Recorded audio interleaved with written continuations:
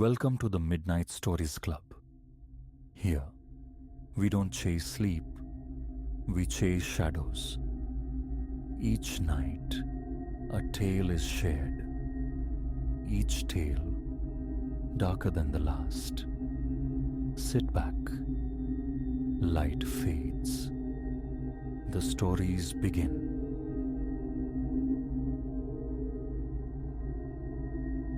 The camera's charge indicator blinked a defiant 3% against the obsidian backdrop of the display. 4:37 a.m. That precise minute remains etched, the last grain of sand in the hourglass before normalcy fractured.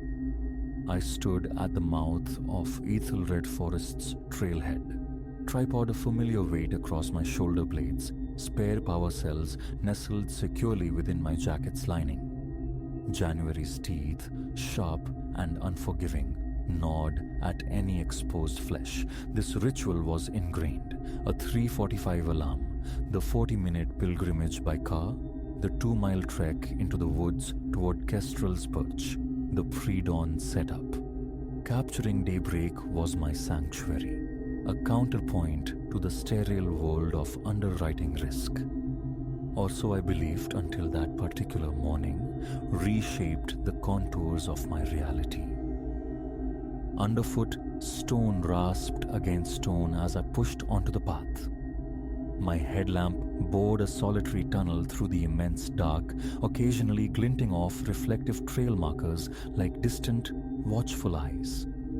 Pine and loam, the forest's perennial perfume, filled the air. A delicate lacework of frost silvered the ground, yielding with a faint crispness beneath my tread. The first mile unfolded predictably. Breath plumed white, thighs protested the consistent ascent. A glance at my watch. 4:52 a.m. Good progress. With sunrise still distant at 6:43, ample time remained to reach the perch, to compose the perfect frame. Disruption arrived at the trail's bifurcation, where paths diverged toward Kestrel's Perch and the shadow depths of Hemlock Hollow. Through the skeletal trees to my right, toward the hollow, an anomalous luminescence flickered. Initially, I dismissed it. Another early riser, perhaps. But this light, it moved with an unnatural fluidity, unlike any headlamp beam or camera flash. It throbbed with a cold, cerulean incandescence, akin to heat lightning trapped beneath the canopy, yet contained. It slid like quicksilver between the poles, painting the frosted earth with phantasmal shadows that seemed to writhe and recoil. Instinct screamed, "Camera!" Whatever phenomenon this was, it promised an image beyond compare. I killed my headlamp, extinguishing my small bubble of artificiality, and raised the camera. Through the lens, the lights sharpened. They performed impossible ballets, splitting, coalescing, corkscrewing around ancient trunks, ricocheting from branches in silent explosions. The woods became a discotheque of the strange, utterly devoid of sound. My fingers trembled as I wrestled with the settings. ISO 3200 f2.8, shutter speed a frantic 1/160th. Several exposures yielded only abyssal darkness, punctuated by faint, amorphous smears on the LCD. It was as if the lights existed just outside the spectrum the sensor could perceive. Ghosts in the machine. Reason whispered explanations. St. Elmo's fire, ball lightning, some rare atmospheric refraction. Yet, ball lightning doesn't weave intricate patterns. It doesn't possess apparent volition. These luminous entities moved as if sentient, enacting some silent, pre-dawn ritual amidst the sleeping trees. Proximity became imperative. Prudence dictated staying on the marked path, observing from afar. But 2 decades chasing fleeting light had taught me that the truly extraordinary images demanded risks. Lashing the tripod securely to my back, I began to angle through the dense undergrowth toward the spectral display. The terrain pitched sharply downward here. My boots skidded on leaves, glazed, treacherous with frost.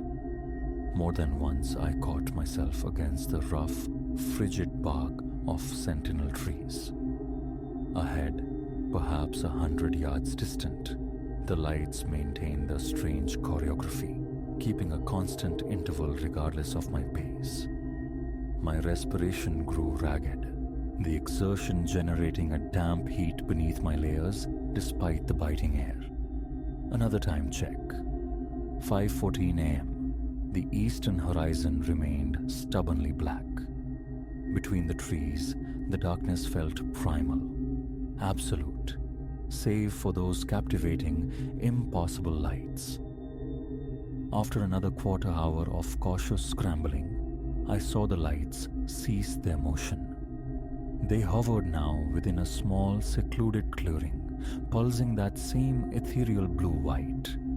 I sank behind the considerable girth of a fallen log, camera raised once more.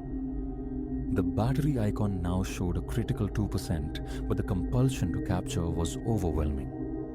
Through the viewfinder, the clearing swam into focus. The lights hung suspended about 6 feet above the forest floor, a cluster reminiscent of engorged fireflies. But no firefly ever attained the size of a softball, nor radiated such brilliance without accompanying warmth. Indeed, the ambient temperature seemed to plummet as I drew nearer. I depressed the shutter. The click echoed, obscenely loud in the profound stillness. The effect was instantaneous. The lights scattered violently, like a startled flock. But instead of dispersing outwards, they contracted, spiraling inward with accelerating velocity, faster and faster, until they coalesced into a single, blindingly intense pillar of light stretching from the frosted earth to the highest reaches of the canopy. The fine hairs on my arms lifted. A palpable static charge filled the air, prickling my skin. My camera screen abruptly went black. Simultaneously, the spare battery in my pocket radiated an alarming heat through the fabric of my jacket. I dropped both camera and battery just as a piercing high-frequency whine began to saturate the air, escalating until it vibrated painfully within my molars. What transpired next overloaded my senses, happening too rapidly for coherent thought. The column of light detonated, a silent, omnidirectional blast that bleached my vision white. When sight returned moments later, the clearing was plunged back into darkness, yet it was no longer still. Movement stirred the frost-dusted leaves. Footprints, impressions were materializing in the rime-kissed leaf litter, one after another, laid down by invisible feet traversing the small space. The patterns defied logic, overlapping, crisscrossing, pointing in contradictory directions. Some were deep, as if stamped by immense weight. Others were ethereal whispers on the frost's surface, barely disturbing it. My heart hammered a frantic rhythm against my ribs as I watched these phantom tracks proliferate. Their tempo increased, becoming chaotic, frenzied, a manic ballet performed by the unseen. Then, as abruptly as it began, the phenomenon ceased. The final set of prints led to the clearing's absolute center and simply stopped, vanished, as if their maker had dissolved into the frigid air. I remained immobilized behind the log for an eternity that was likely mere minutes. My hands shook so violently I struggled to hold my flashlight steady. Summoning a reserve of courage I didn't know I possessed, I finally entered the clearing. the flashlight beam confirming the stark reality of the prints. They were undeniably physical. Methodically, as if documenting an impossible scene, I examined them. The variations were baffling. Some resembled human feet, perhaps size 10 or 11. Others were distinctly smaller, child-sized. And then there were the others, prints that were elongated, bearing strange, articulated impressions where toes should be.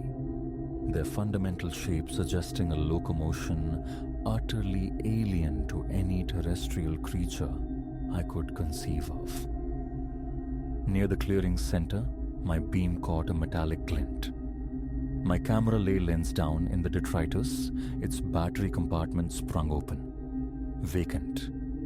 The spare battery from my pocket was gone, without a trace. The camera body itself felt preternaturally cold, colder than the ambient air, like it had been retrieved from deep cryo-storage.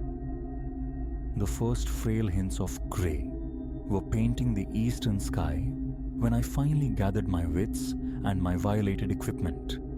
My watch was inert, its digital face frozen at 5:14 a.m., despite a battery less than a year old. My phone displayed 6:22 a.m., but the screen flickered erratically, and the compass application spun in useless, dizzying circles. One final glance back at the clearing revealed the footprints, still sharp, but already beginning to soften as the encroaching dawn breathed warmth onto the frost. By the time the sun fully breached the ridgeline, they would be entirely erased. I possessed no photographs, no tangible proof, only the unreliable architecture of memory. The return journey blurred. I clung to the marked trail, moving with urgent strides through the burgeoning light. Every rustle in the undergrowth sent jolts of adrenaline through me. Every shadow seemed poised, pregnant with unseen movement. The familiar forest felt subtly altered, skewed, like a room where all the furniture has been infinitesimally shifted. I reached the deserted parking lot just as the sun crested the eastern peaks. My car stood alone as I'd left it, but not entirely unchanged. Across the frost-coated windshield, a pattern had formed. Not a random, fractal beauty of ice crystals, but a precise series of concentric circles, flawlessly executed, interspersed with angular glyphs of a design utterly foreign to me. By the time I located the ice scraper in the trunk, the strengthening sun had begun its work. The intricate frost patterns dissolved before I could even think to capture them, leaving only fading mental impressions, ephemeral as dream fragments upon waking.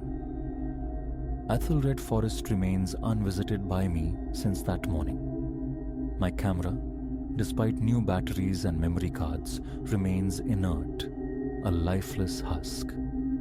The images I believed I captured of the lights never existed on any storage medium. My watch eventually resumed ticking, though its timekeeping remains perpetually erratic. Occasionally, on crystalline, cold mornings, my gaze drifts toward the distant woods from my window, and I fancy I detect fugitive sparks of cerulean light deep within the trees. The impulse to investigate no longer arises.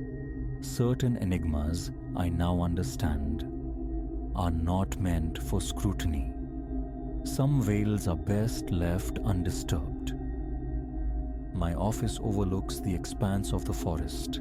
During quiet afternoons, I often find myself staring into that sea of trees, pondering the nature of my encounter. Logical frameworks, ball lightning, marsh gas, shared delusion crumble under the weight of the specific details. The footprints were real. The frost glyphs were real. Last week, a new client sought insurance for his burgeoning photography enterprise. He spoke of recent sunrise excursions into Ethelred Forest, mentioning something peculiar. Lights, he'd murmured, deep in the woods, like nothing I've ever encountered. He inquired, with a tremor in his voice, whether our policies covered equipment damage resulting from inexplicable electrical surges. I sold him our most robust package. I also gently suggested he might find sunset photography equally rewarding.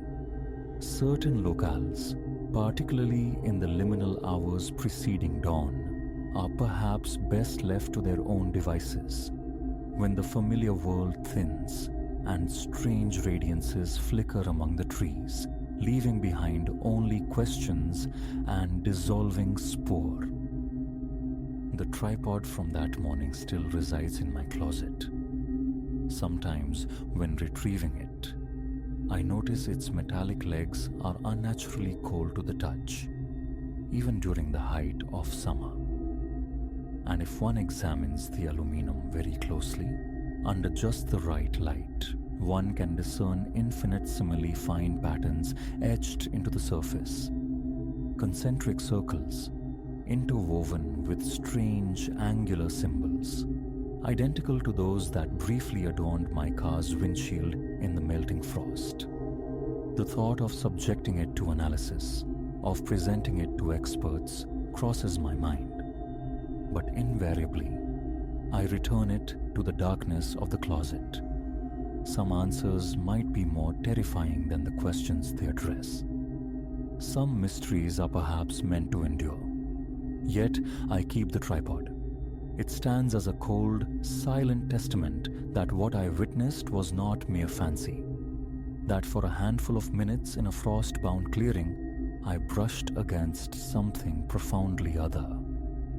And somewhere, in the deep, unlit spaces between the trees, those lights continue their silent, impossible dance, awaiting the next soul curious or foolish enough to follow them into the vast unknown.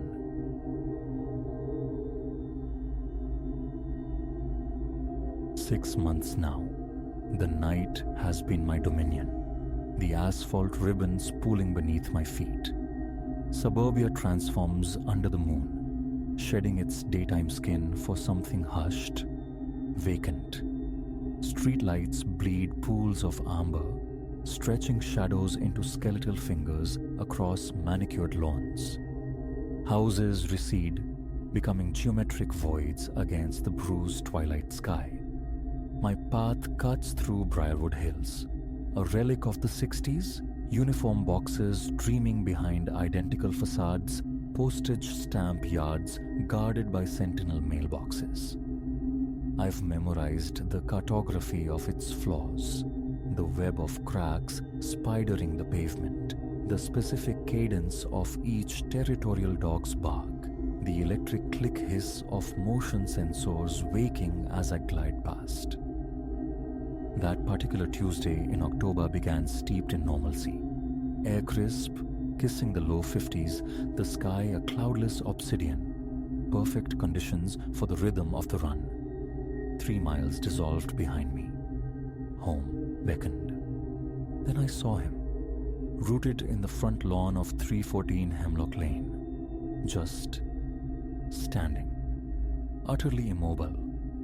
His face tilted skyward, aimed at the second-floor windows, arms limp at his sides. Clad in darkness, perhaps a jacket and trousers, the details lost to the inadequate light. My pace faltered, dropping to a hesitant shuffle. By 9, Briarwood Hills usually slumbered, its inhabitants tucked away behind drawn curtains. This sentinel, though, remained.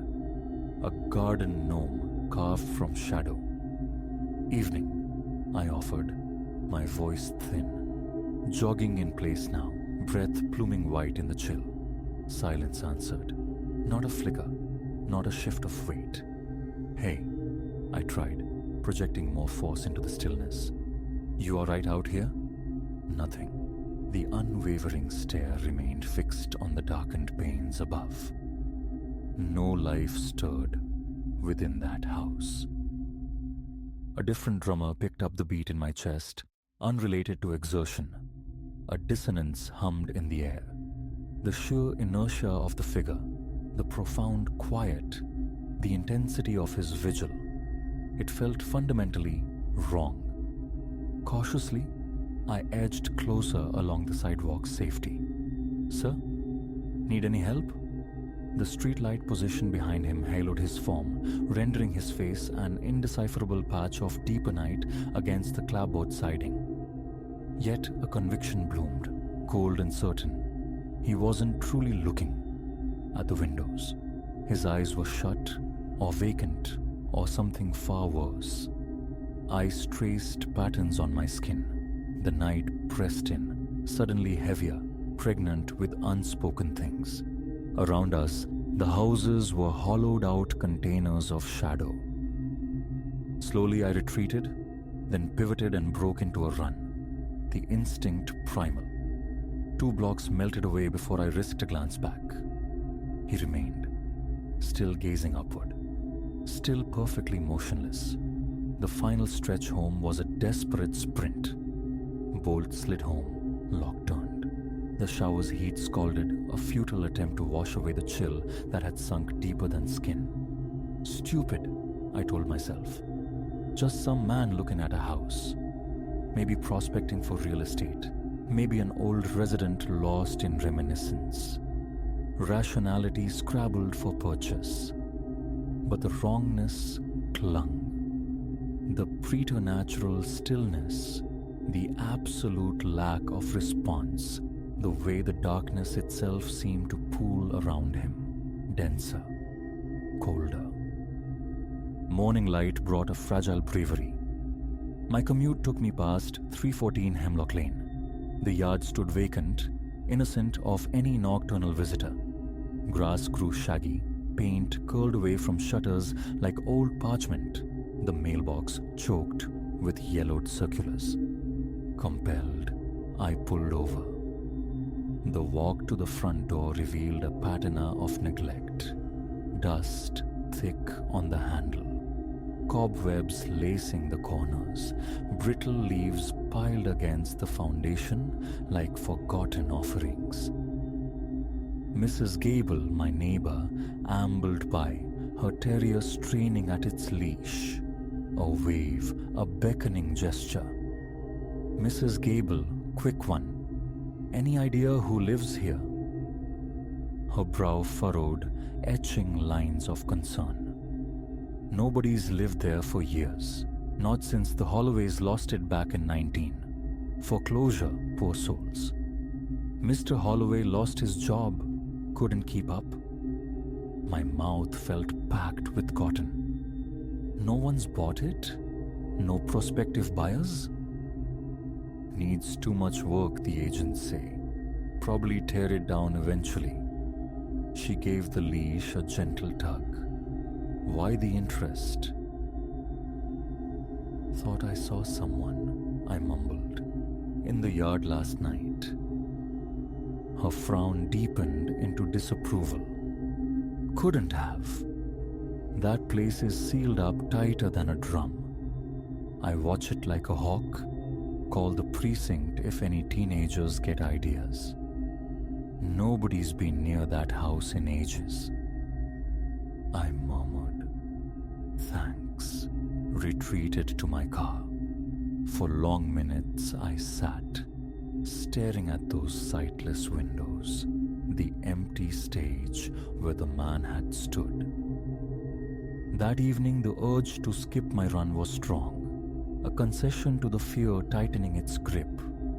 But surrender felt weak. Superstition held no sway. Ghosts and ghouls were fiction. There had to be a logical thread to unravel.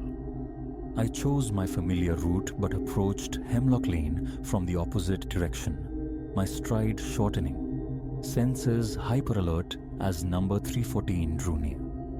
The yard lay undisturbed, a mosaic of dead grass and fallen leaves under the wan illumination. A breath escaped me, one I hadn't realized I was holding prisoner. Then, a flicker. High in an upstairs window, a shadow gliding past, ephemeral, so swift I questioned its reality. I stopped dead on the sidewalk, heart hammering against my ribs. I scanned the house's facade. Stillness reigned. No lights, no sounds, beyond the dry rustle of leaves skittering across the neglected lawn on the breeze. An invisible tether pulled me closer, up the cracked concrete drive, past skeletal bushes, onto the very patch of ground where the figure had stood. The grass lay flat, untrodden. No impressions marred the earth. I tilted my head, mimicking his pose, trying to discern what commanded such rapt attention from the second floor. Only darkness stared back from behind grimy panes. A cold gust swept past, raising gooseflesh. The shadows pooling between the houses seemed to coalesce, deepening into something tangible. I turned to flee, but my eye caught it, carved into the rough bark of the ancient oak anchoring the yard. Letters, crude and sharp, gouged as if by a desperate knife. Come inside. The wounds in the wood looked raw, pale flesh exposed beneath the dark, weathered skin. Flight. Faster than ever before, lungs burning, legs trembling machines. I didn't dare slow until my own street embraced me. Sleep refused its solace that night. Images replayed. The static man, the fresh carving, the fleeting shadow, an equation with no logical sum. Morning brought a call to the police. A potential break-in at 314 Hemlock Lane, I reported, mentioning the man, omitting the carving. Too irrational. An officer logged the details, promised a patrol car would investigate. The call back came that afternoon. Predictable. No signs of forced entry. Doors and windows secure. No footprints, no physical evidence of any presence on the property. Case closed.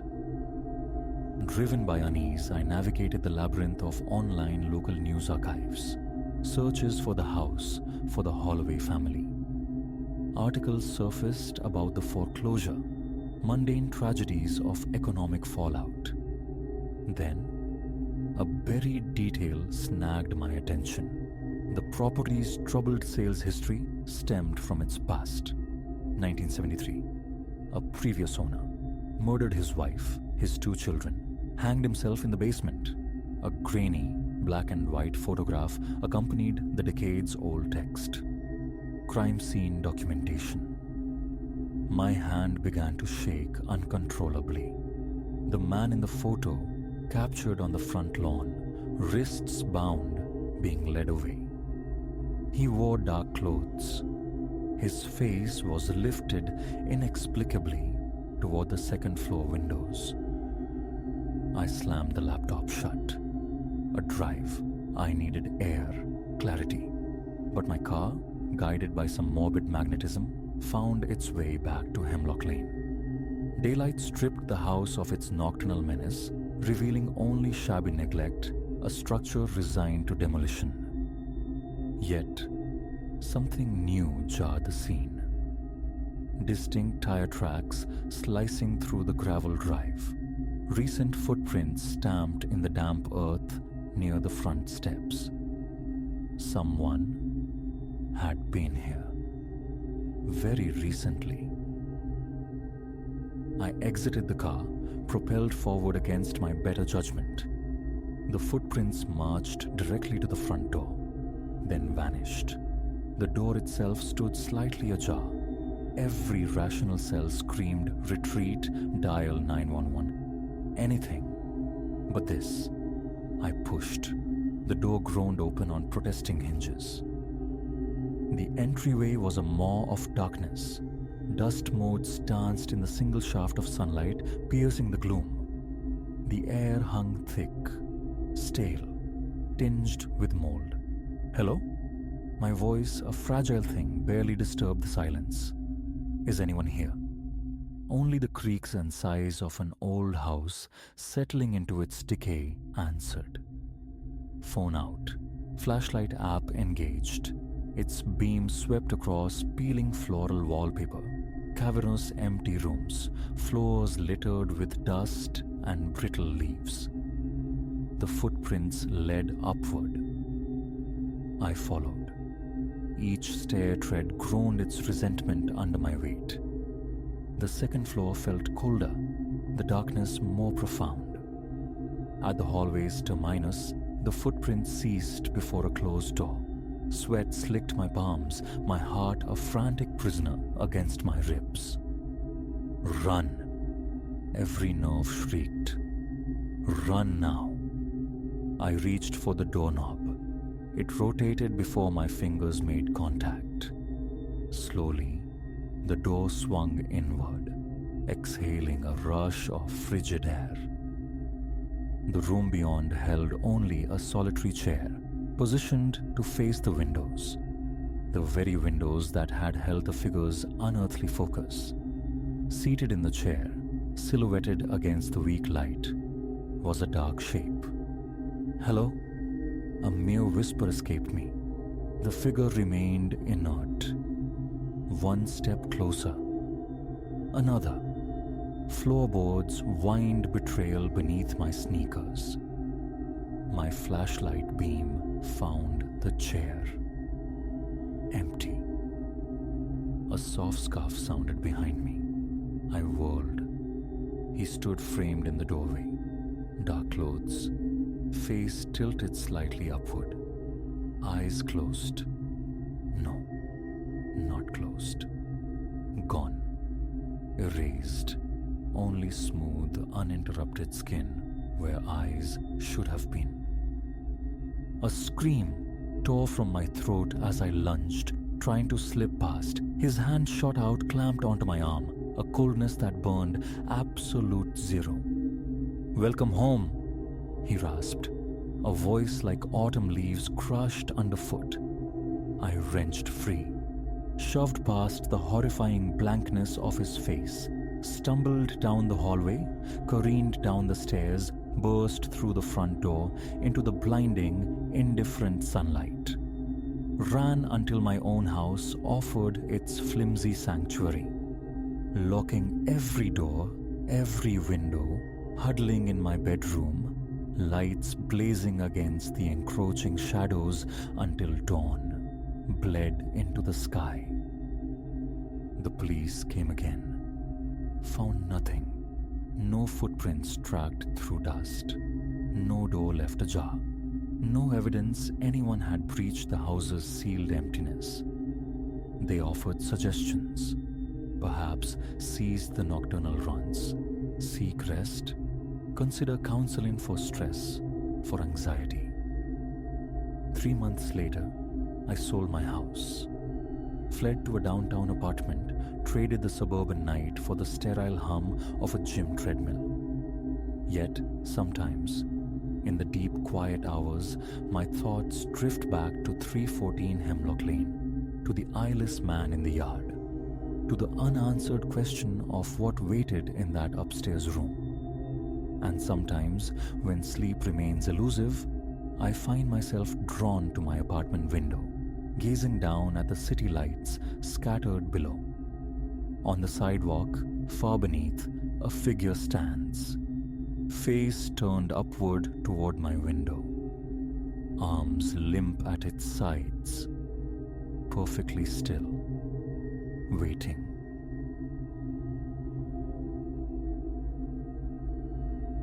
A razor-sharp static tore through the baby monitor's placid hum, slicing the quiet. An hour had passed since I tucked the children away, their breathing soft sighs in the shadowed rooms upstairs. But the sound that followed wasn't a child's whimper, no restless dreaming. It was a voice, subterranean and intimate, a gravelly whisper that coiled in my ear. "I see you." Ice bloomed in my chest. My gaze snapped. involuntary, to the stout front door, bolted hours before, then jerked towards the staircase ascending into darkness where the children slept. An impossibility. How could anyone breach that space? And the truly paralyzing thought, how long had they been observing, nestled within the house's familiar bones? My name is Anya. This night meant to be another unremarkable entry in my college fund savings ledger, fractured into something sharp-edged and terrifying. I'm 17, navigating the final stretch of high school, earning my way by tending the neighbors' children. The Davies were ideal, kind, generous, parents to cherubic Clara, 5, and boisterous Leo, 2. Nearly a year I'd worked for them, each evening folded neatly into the last, utterly devoid of incident. Until this one. The evening had unspooled predictably. Arrival at 6 sharp, coinciding with Mr. and Mrs. Davies' departure for a rare night out. Pizza money sat on the counter, emergency contacts magnetized to the fridge, the 8:30 bedtime decree firmly established. Midnight, roughly. Mrs. Davies had offered, her smile uncomplicated. Anything at all, just call. Hours melted away. Pizza devoured, board games conquered, the ritual of bath and bed executed with practiced ease. I claimed the living room sofa, textbook open, embracing the stillness. It was then, amidst the quiet hum of the old house, that the first discordant note sounded, a fleeting motion, glimpsed peripherally beyond the picture window. I rose, peered into the sodium orange wash bathing the lawn. Vacant. A passing car, perhaps a nocturnal animal, I reasoned, dismissing the flicker. Yet, resettling onto the cushions, the sensation lingered. A prickling awareness, like unseen eyes tracing the contour of my spine. Every settling groan of timber, every sigh of the wind became an imagined footfall. I flicked on the television, seeking refuge in its manufactured chatter. 11 o'clock bled towards the witching hour when that chilling whisper bled from the monitor. Primal instinct screamed, "Flee!" Bolt through the door, dial for help from the safety of the street. But Clara, Leo, what if the voice belonged to someone already standing over their beds? My fingers, numb and trembling, fumbled for my phone. A call was too risky. The slightest noise might betray me. Texting Mr. Davies felt safer. Clandestine. Emergency. Someone in house. Call police. The phone pulsed almost instantly. An incoming call. Mr. Davies. Panic flared. The ringtone, however brief, could have echoed upstairs. I declined, thumbs flying again. Can't talk. Upstairs? View kids. Hurry. Relief, thin and fragile, arrived with his reply. Police en route. Coming home now. Stay safe. I stood rooted at the foot of the stairs, my heart a frantic drum against my ribs, loud enough, surely, to resonate through the floorboards. Ascend. Attempt a rescue? Or would that merely accelerate disaster? Before the choice could solidify, footsteps sounded overhead. Measured. Deliberate. Pacing from one room. Pausing, then moving to the next. Followed by an unnerving, profound silence. The monitor crackled anew. Come upstairs, Anya. The voice purred, each syllable a cold caress against my nerves. The children want to say good night. Vertigo threatened. My name. He knew my name. What horrors had he visited upon Clara and Leo? My eyes pleaded with the darkened windows, searching for the sanctuary of flashing lights, finding only quiescent suburbia. A ragged breath hitched in my throat. Paralysis was not an option. Not while those children were trapped with him. My gaze swept the room, desperate for an equalizer, any makeshift defense. It snagged on a substantial ceramic table lamp. Meager, yes, but solid, tangible. I wrenched the plug from the wall, the cool weight grounding me slightly as my sweaty palm clenched the base. Placing a tentative foot on the bottom step, I flinched as it groaned in protest. I froze, straining my ears against the silence above. Nothing. Slowly, agonizingly, I began the ascent, each riser a monumental effort. The air hung thick, disturbed only by my own ragged inhalations and the frantic pulse hammering in my ears. Reaching the landing, I hesitated, a crossroads of dread. Clara's room was nearest, its door slightly ajar, revealing a sliver of profound darkness. I nudged it wider, the hinges emitting a faint, protesting squeal. Moonlight, filtered through the blinds, sketched faint shapes. The nightlight cast a weak, amber glow. I discerned her small silhouette beneath the duvet, seemingly undisturbed. But where was the presence, the owner of that terrifying voice? I crept towards the bed, my whisper barely audible. Clara, Clara, wake up. We have to go. No response. A knot of cold dread tightened in my stomach. I reached, pulled back the covers. Pillows, artfully arranged to mimic a sleeping child. A floorboard sighed behind me. I spun, lamp raised high, ready to strike. The doorway stood empty. The hallway stretched beyond, a corridor of shadows and silence. My breath came in shallow, painful gasps. Where were they? Where was he? Backing out of Clara's room, my eyes scanned every shifting shadow. Leo's room. The door was shut tight. My hand, slick with sweat, reached for the knob. The instant my fingertips brushed the cold metal, a sound drifted up from below. A giggle, unmistakably a child's. I stopped, mind fracturing. Impossible. I'd been guarding the stairs. No one could have slipped past. Unless they were never upstairs to begin with. The realization struck with physical force.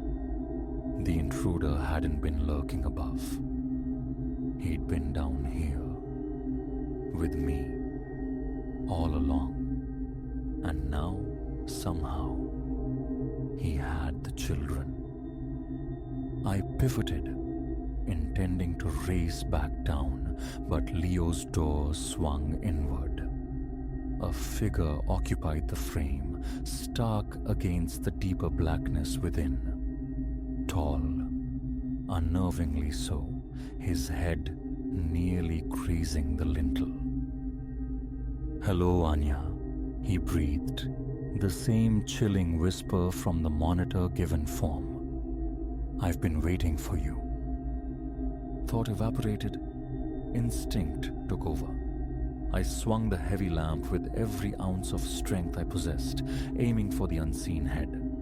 A sickening thud echoed in the confined space, and the silhouette crumpled. I didn't pause, didn't check. I fled, stumbling down the stairs, nearly pitching forward in my haste. I could hear them clearly now, the children's voices emanating from the kitchen. I burst through the doorway, poised to snatch them up and run, and froze. Clara and Leo sat at the kitchen table, spoons in hand, contentedly eating ice cream. Beside them stood Mr. and Mrs. Davies, their expressions a mixture of confusion and concern. Anya, Mrs. Davies's brow furrowed. Are you all right? You look as though you've seen a ghost. I stood there, gulping air, my reality tilting violently. But the man upstairs, the monitor, the words tumbled out, disjointed. Mr. Davies approached, placing a calming hand on my shoulder. Anya, there's no one else here. We got back a bit early, found the kids awake. They said you told them they could have a midnight snack. I shook my head, numb. It couldn't be. The terror had been absolute, visceral. Mrs. Davies gently steered me towards a chair, her face etched with sympathy. I think perhaps you drifted off, dear. A bad dream. As the adrenaline ebbed, insidious doubt seeped in. Had it all been a hallucination? A stress-induced nightmare? Yet the vividness... But I hit him. I mumbled, the memory stuck. Upstairs, the lamp. Mr. Davies excused himself, his footsteps receding up the stairs, returning moments later. All the lamps are exactly where they belong, Anya, and there's absolutely no one up there. I sat adrift while they offered reassurances, attributing the episode to exhaustion, school pressures. They kindly offered a ride home. Gathering my belongings, still trembling, the conviction remained. Something was profoundly wrong. Dream or not, the fear had been utterly real. That voice, the oppressive sense of being watched. Too potent, too sharp for mere sleep phantoms. As Mr. Davies navigated the silent, sleeping streets, I stared blankly out the passenger window. One certainty resonated amidst the confusion. I would never babysit again. Wait, what was that? A flicker in the rearview mirror. Just for a heartbeat. A shape in the back seat. A grin stretched impossibly wide, crowded with teeth. I whipped my head around. Nothing. Only empty upholstery. My imagination, surely. It had to be. Didn't it?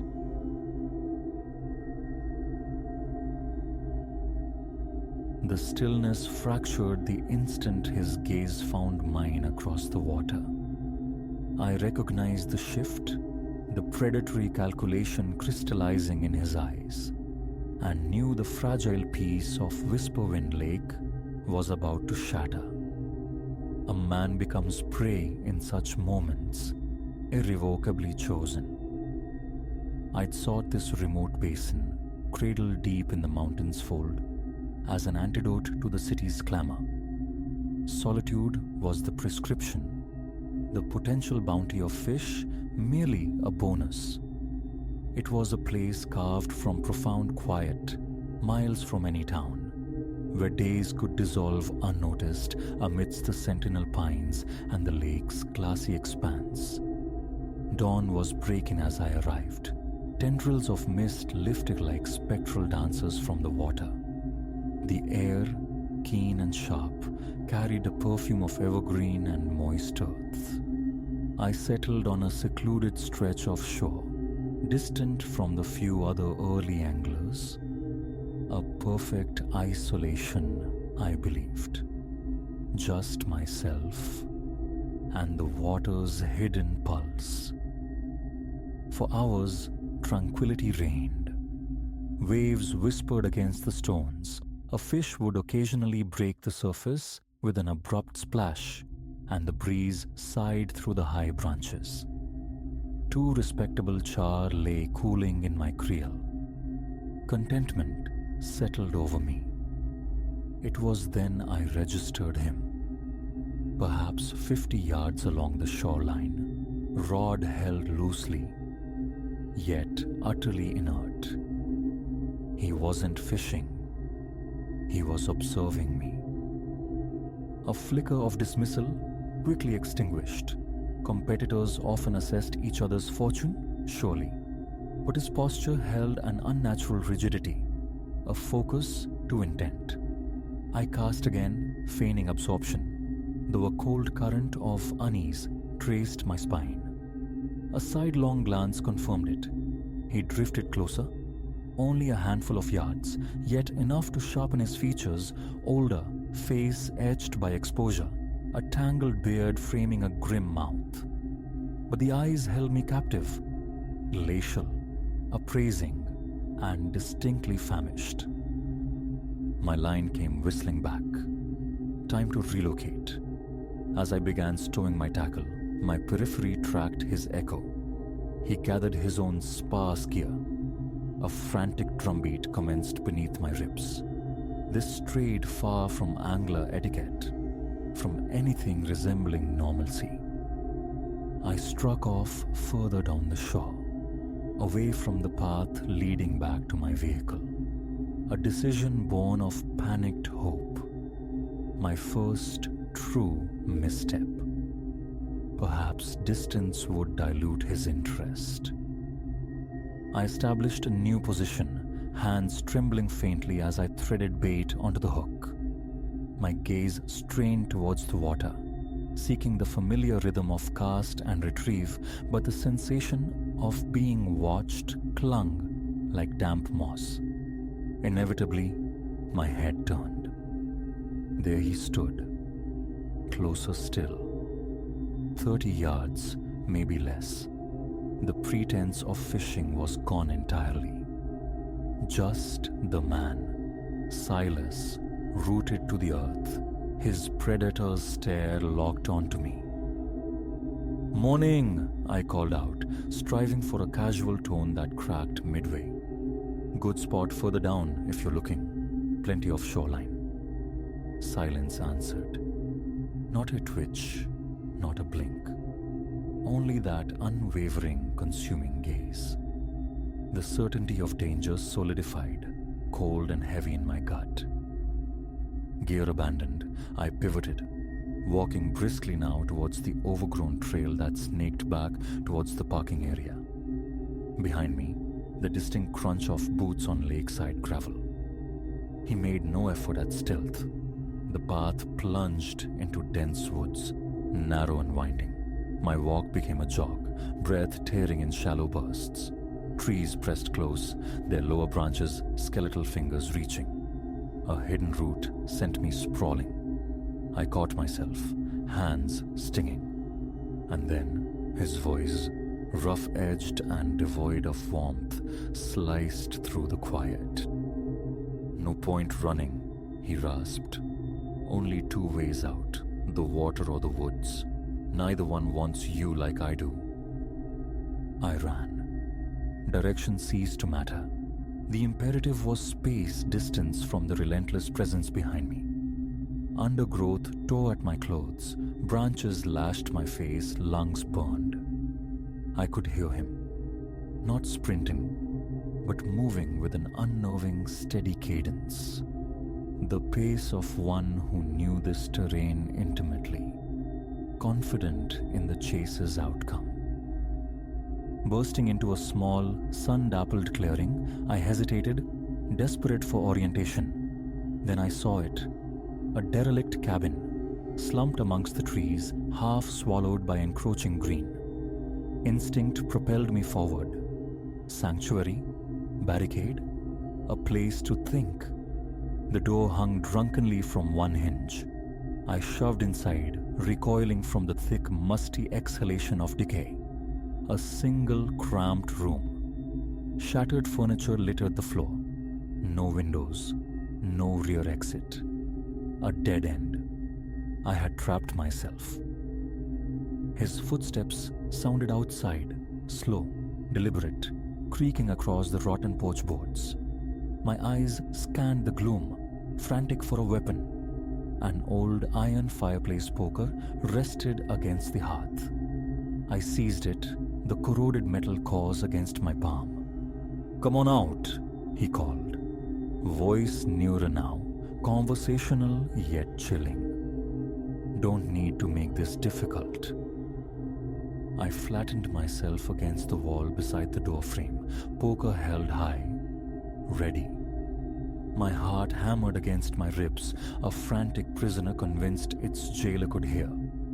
Slowly, the door groaned inwards. I held my breath. He stepped across the threshold, silhouette stark against the clearing's light, eyes momentarily adjusting. That fractional blindness was my only opening. I swung the poker with every ounce of terror-fueled strength, the impact a dull thud against his shoulder. A guttural roar of pain and fury erupted as he staggered back. I didn't pause to gauge the effect. I bolted, ducking beneath his flailing reach, back out into the uncertain light of the clearing. He recovered with terrifying speed. Before I reached the concealing embrace of the trees, he hit me from behind. A solid impact that drove the air from my lungs. As we crashed to the earth, he rolled me onto my back, his weight a crushing burden. Up close, his eyes were worse, pale, nearly colorless voids radiating a chilling mania. "Thought you'd slip away?" he snarled, his breath hot on my face. "Nobody slips away. This lake, these woods, they're mine. You're just another fool wandered onto my grounds." I thrashed, bucking against his hold, but his strength was overwhelming. His hands found my throat, fingers tightening, constricting. Black constellations bloomed at the edge of my vision. Air became a desperate, unattainable luxury. In that suffocating twilight, as consciousness frayed, something primal ignited within me, sheer, unthinking survival. My free hand clawed blindly at the dirt beside me, fingers closing around the dense, jagged weight of a rock. With a final surge of adrenaline, I slammed it against the side of his head. The sound was sharp, definitive. His grip slackened instantly. He slumped sideways, stunned. I scrambled upright, gasping, sucking precious air into starved lungs. He was already stirring, shaking his head as if to clear water from his ears. I ran. I ran as if pursued by demons, which perhaps I was. Through tangled thickets, over moss-slick logs, splashing heedlessly through shallow creeks. Direction was lost. Time became meaningless. There was only flight. Eventually, impossibly, I stumbled out of the dense woods and found myself blinking at the familiar shoreline of Whisperwind Lake. And there, shimmering like a mirage, the gravel lot. My car. Keys trembled violently in my hand. Locking onto the ignition felt like threading a needle in an earthquake. Tires spat gravel as I fishtailed out of the lot.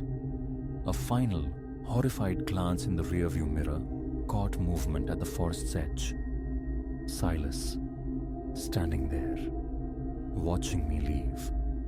Even diminished by distance, the weight of his stare felt palpable, a physical pressure.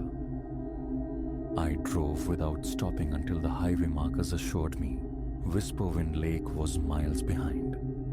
Only back within the city's familiar grid, surrounded by the anonymous hum of urban life, did the dam finally break.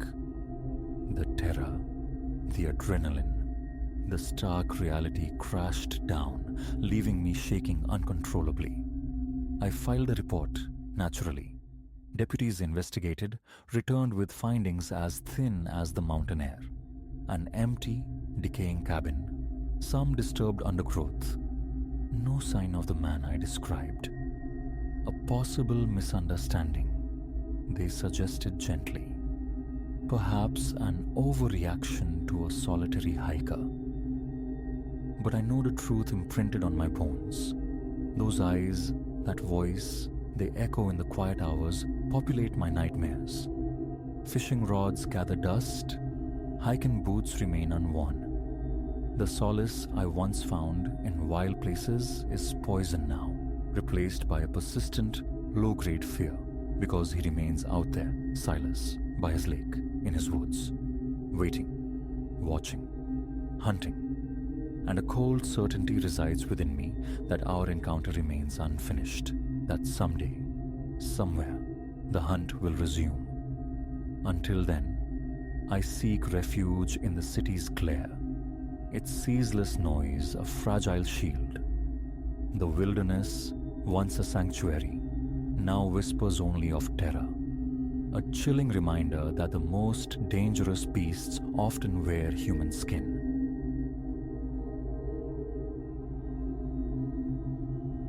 This chronicle, I never intended it for other eyes, let alone ears, yet silence offers no sanctuary, not anymore. Deep in the bowels of this house, behind a door secured by rust and time, something resides, something that articulates my name. This isn't poetic license. The syllables drift, distinct and chilling, through the dense grain of the wood. It began one solitary night, a thread of sound that has since woven itself into the fabric of my existence here. I must unravel this now, commit it to permanence, because the strain of feeling sanity fray within my own walls has become unbearable. 6 months have passed since I crossed the threshold of this place. A diminutive 2-story affair, modest, possessing a rickety veranda prone to groaning underfoot, a kitchen trapped in amber by decades past, and the requisite subterranean dampness of its cellar. An unassuming quietude permeated the property upon my arrival. Down below, amidst the cool earth scent, I registered the presence of that peculiar door almost immediately, though without particular alarm. An iron clasp, oxidized and stubborn, held it fast. Hinges like arthritic knuckles clenched the frame. The wood itself possessed a formidable thickness. I recall applying a tentative pressure during my initial exploration. It yielded nothing, solid as bedrock.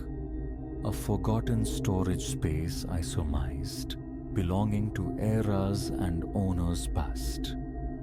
Lacking a key and burdened by the immediate chaos of unpacking, I let it be.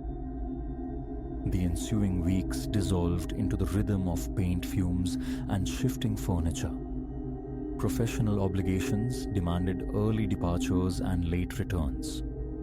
The basement, consequently, devolved into a repository for ghosts of belongings. Cast-off apparel, cartons of dormant tools, the miscellany one hesitates to discard. The locked door became mere background architecture, noted but unheeded. Sealed, silent, it exerted no pull on my curiosity. The world upstairs presented sufficient challenges. Then arrived the night that fractured the mundane. Sleep was gathering at the edges of consciousness, midnight drawing near, when a sound surfaced. Faint, initially rhythmic. A branch's caress against glass, perhaps? I rose, prowled the perimeter, peered through darkened panes. Nothing amiss. Returning to bed, the sound amplified, clarifying itself into a distinct tapping. A knocking. A knot tightened low in my gut. My own pulse became an internal drumbeat. The source, I realized with a jolt, was subterranean, directly below the cellar. Panic isn't my default state, yet this wasn't the house settling its old bones. This possessed intention, a deliberate pulse, followed by a pause, pregnant, expectant, as if awaiting acknowledgement. Flashlight clutched, feet hastily shod, I descended. Each tread on the staircase seemed to deepen the ambient chill, or perhaps it was merely the ice forming in my veins. Upon reaching the basement entryway, the tapping ceased abruptly. I nudged the door inward, fumbled for the switch. A meager bulb cast weak illumination, carving a path through the clutter toward the far wall, toward the silent, locked door. No movement disturbed the main space. Cautiously, I stepped onto the concrete floor, my grip white-knuckling the banister, the flashlight's beam trembling in counterpoint to my shallow, ragged breaths. I advanced toward the enigmatic door. Superficially, all remained unchanged. The padlock clung, shedding flakes of rust like desiccated blood. Then, a flicker. The wood surface seemed to ripple, a brief sickening convexity before settling. I froze, limbs turned to lead, a wave of heat washing through my chest. The flashlight beam locked onto the door. Again, the surface pulsed, as if yielding to pressure from within. And then, my name, not shouted, but uttered clearly, the precise intonation of someone standing merely feet away, whispering through the barrier. Retreat. Instinct screamed retreat. Flee upstairs, dial for help. But who? At this hour? With such a tale? The knocking remained absent, yet my name reverberated in the echo chamber of my skull. I scanned the vicinity, desperate for logic. A draft? Peculiar acoustics from the ancient plumbing. No. This was vocal. This was presence. One final glance at the impassive wood, then I backed away, step by cautious step, until the stairs offered escape. I ascended without looking back, securing the upper basement door behind me before returning to the false promise of bed. Sleep, when it came, was thin and troubled. Daylight offered fragile sanctuary. Emails awaited, errands beckoned. I rationalized, painted the memory as dream fragment, exhaustion's phantasm. But as dusk bled into night, the unease returned, a palpable weight in the quiet house. Television provided hollow distraction. My focus inevitably drifted downward toward the sealed portal. A morbid magnetism drew my thoughts, curiosity warring with a primal dread. Test it, a voice urged. Descend. Listen. Yet the visceral memory of that whispered name, the knot in my stomach, held me captive. Around 11, resolve hardened. If the phenomenon recurred, I would confront it, investigate properly. Predictably, near midnight's cusp, the tapping resumed. The same measured cadence, slow, deliberate, parcels of sound separated by silence. I rose from the sofa, retrieved the flashlight, and compelled myself down the cellar stairs. The instant my soles met the cold concrete, the knocking shifted, transformed. It became faster, insistent, bordering on frantic, as if sensing, acknowledging my arrival. I halted perhaps 10 feet shy of the door, bathing it in the flashlight's glare. The wood quivered minutely with each impact. A miasma reached me then, an exhalation of stale earth and decay, seemingly seeping from beneath the door itself. My mouth turned arid, palms grew slick. The knocking ceased. Then the voice twice uttered my name, spaced by heartbeats. A current traced my spine. My pulse throbbed visibly at my throat. My heart felt poised to batter its way free. I forced sound past constricted vocal cords. "Who's there?" Silence answered. Again, I asked, voice trembling. Nothing. Compelled by an impulse I couldn't name, I laid my palm flat against the door. The wood felt frigid, faintly damp. Then, a fleeting, reciprocal pressure from the other side, like a hand mirroring my own. Thought evacuated my mind. I snatched my hand back, stumbled, wheeled, and fled the stairs, slamming the upper door, twisting the lock with fumbling urgency. That night offered no respite. Tremors racked my body.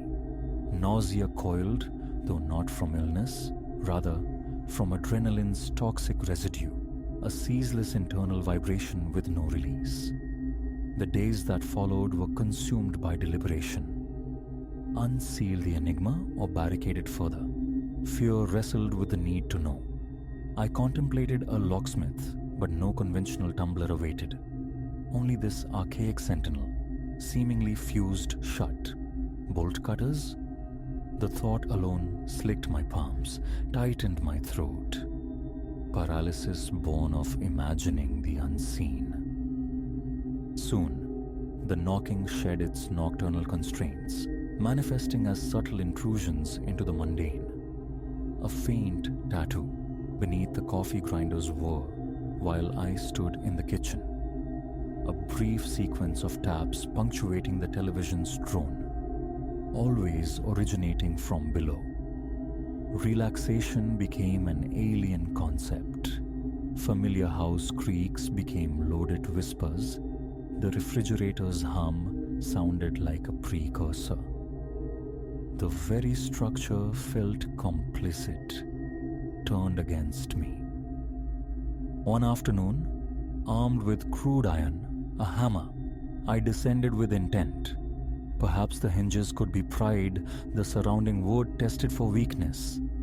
Approaching the threshold, I perceived it again. That subtle flex, a sigh of ancient wood, as if something within shifted its weight. My legs grew unsteady. I paused, marshalling nerve, breathing deliberately against the frantic rhythm in my chest. Just do it. I stepped forward, applied the hammer's claw to a hinge. Rusted nails held fast, immovable.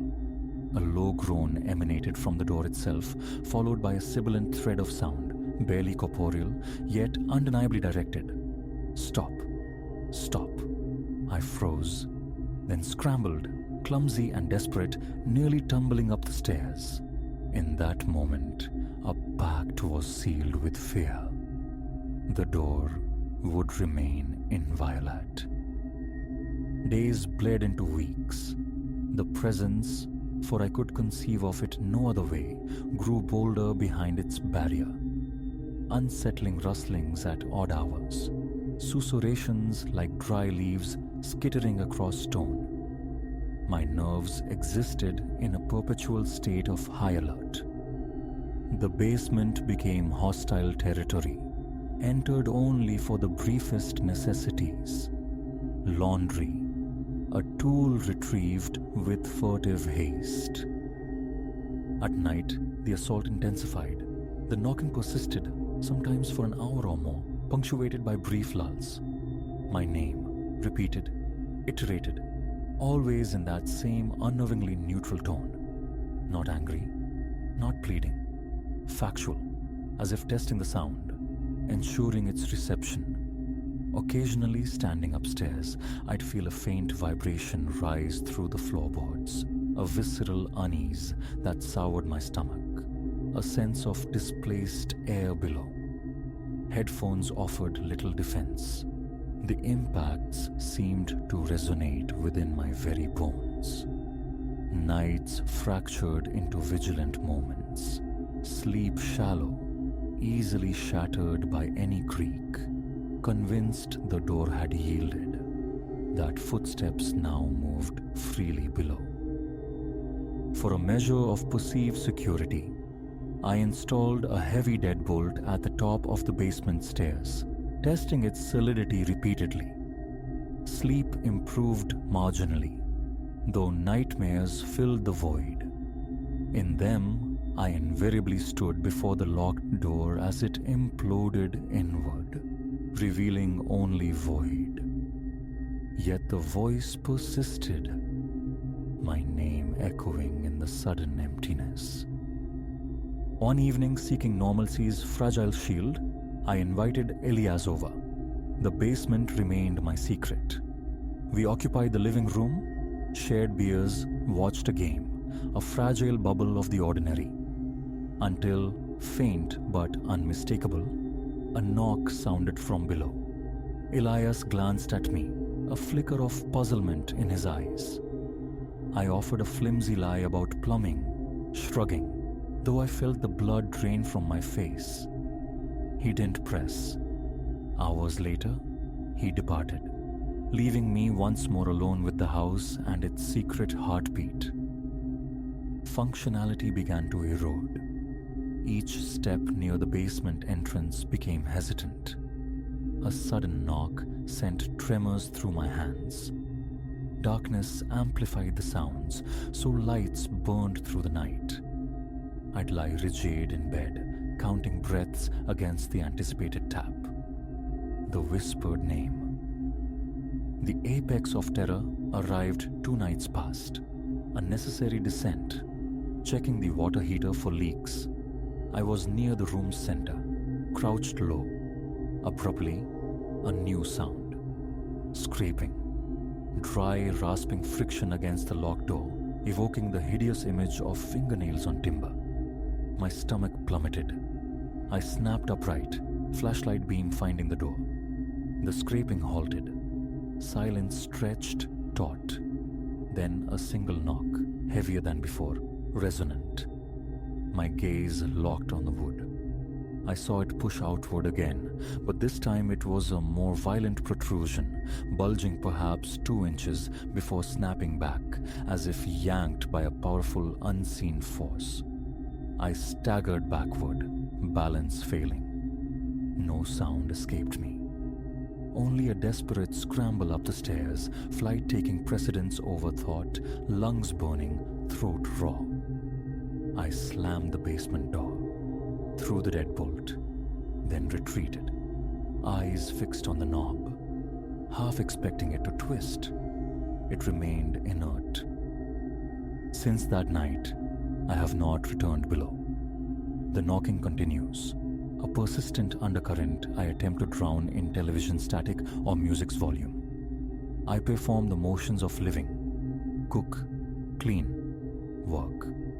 But beneath the surface hums the constant awareness, the sealed door, the presence behind it, the voice that knows my name. It never escalates to rage, never descends to pleading. It simply knocks, repeats my name, patient, persistent, waiting. Waiting perhaps for me to turn the key I do not possess, to break the lock I dare not touch. Leaving this place flickers through my mind. Pack, flee, find anonymity elsewhere. Easier imagined than executed. How does one sell a house with a whispering knocking secret in its cellar? And deeper still, a perverse strand of curiosity, of compulsion binds me here. I own a hammer, a crowbar. The urge to violently conclude this siege surfaces often. Yet, each time resolve gathers, the memory intervenes. The cold pressure against my palm, my name breathed in the subterranean quiet, that final vicious scrape. My legs turn to stone. My hands tremble. I retreat upstairs once more. So the cycle endures. I inhabit this space. I hear the knocking. I feign deafness. I start at shadows. Occasionally, I drift near the top of the basement stairs, testing the frayed edges of my nerve. The entity behind the locked door remains steadfast. The knocks retain their strength. The voice, its quiet insistence. If anything, it grows more constant. Yet, it hasn't breached the door, hasn't forced entry. Perhaps it cannot. Perhaps it merely waits for invitation. I possess no answers. 2 days have elapsed since my last descent. Tonight, around 11, 3 distinct heavy knocks resonated through the floor. I felt them in the soles of my feet. This prompted the writing, this desperate anchor in the swirling dread. Even now, as I type, the tapping persists, a steady, muffled current beneath the floorboards. My name, whispered again in that low, familiar tone. How much longer this fragile truce, this pretense of ignoring the inevitable, can last, I do not know. My nerves are singing. A headache blooms behind my eyes. My fingers refuse to still. I sit bathed in artificial light, taking quick, shallow breaths, trapped not just within these walls, but in this unending deadlock with something on the other side of a door I was never meant to open.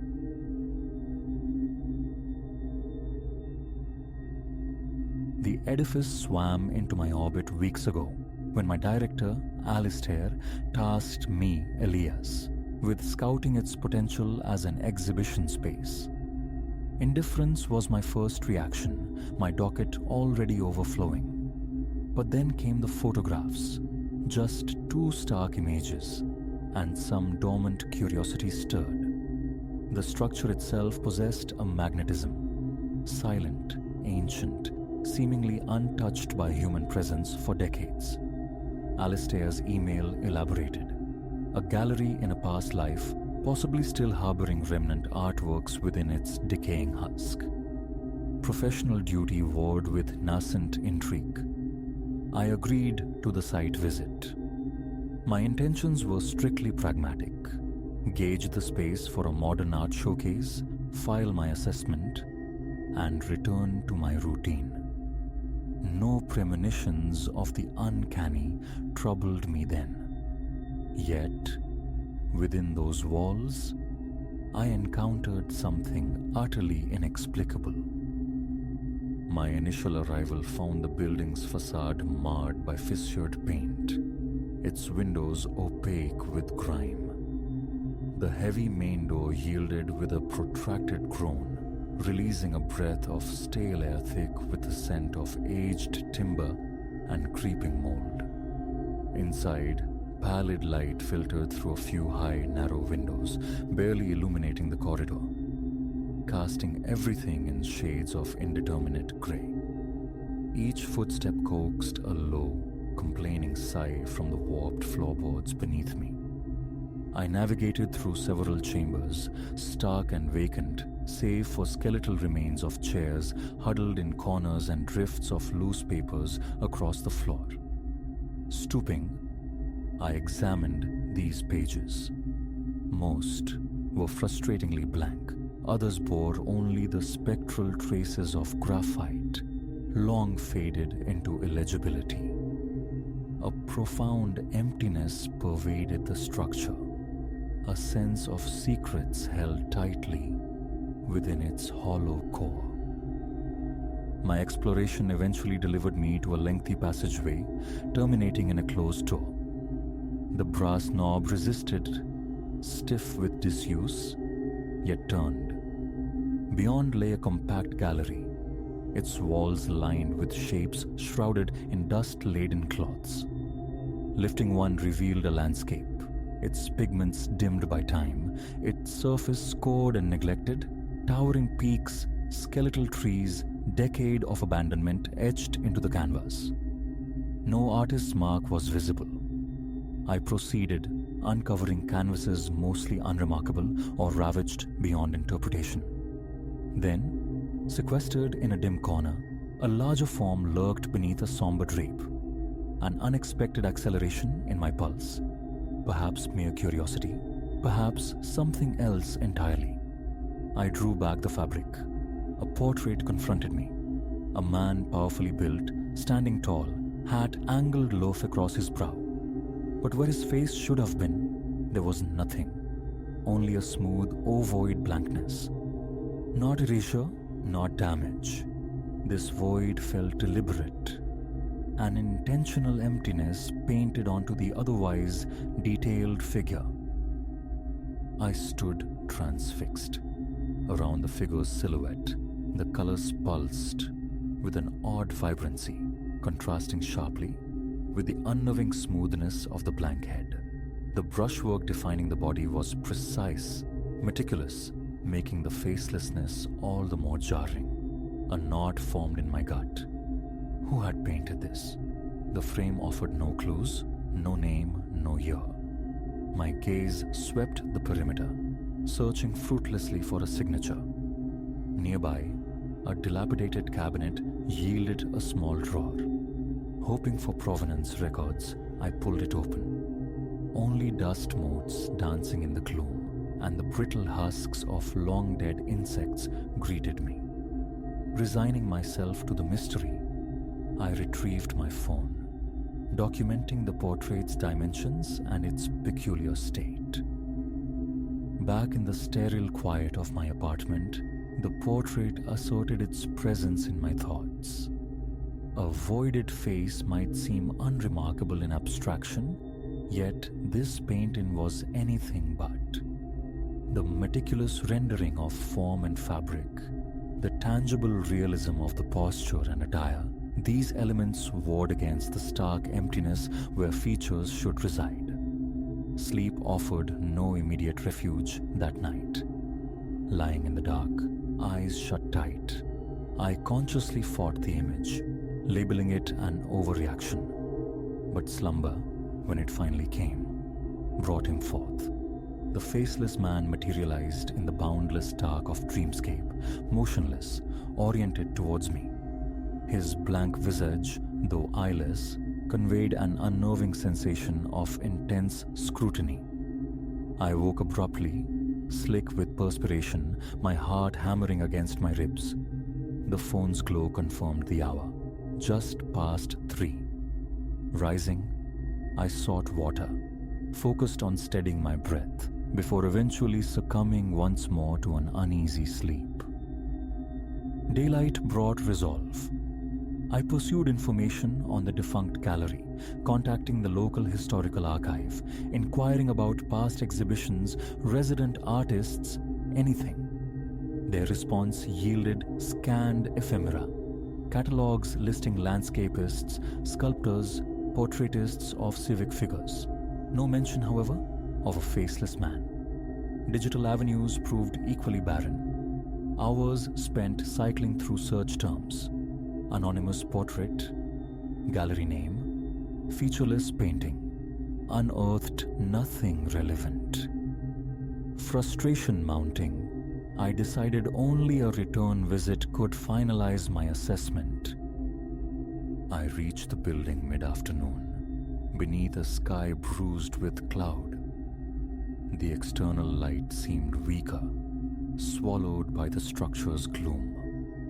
I navigated directly to the small gallery, my steps cautious on the protesting floorboards.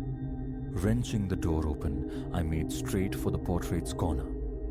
The room felt significantly darker. My flashlight beam sliced through the murk, and then I saw it. A subtle alteration, the delineation of the man's ears. Surely they hadn't been so distinct before. The shading beneath the jawline, too, seemed deepened, more nuanced. A bizarre thought surfaced. Had the artist returned? Mid-stroke? I stood frozen, questioning my memory, my perception. My initial notes confirmed blank face, nothing more specific about nascent features. Again, that unwelcome quickening of my pulse. My fingertips grazed the canvas. Cool, dry pigment, utterly ordinary to the touch, yet undeniably changed. A swift inspection confirmed the other shrouded frames remained static, untouched, but the air thickened with a palpable sense of observation.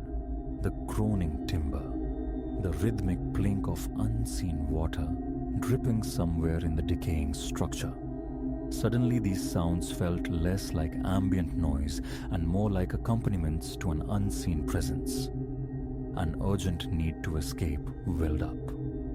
I captured several images with my phone, needing objective proof, a comparison point. Then, turning my back on the unsettling canvas, I departed. Night fell, and the dream recurred.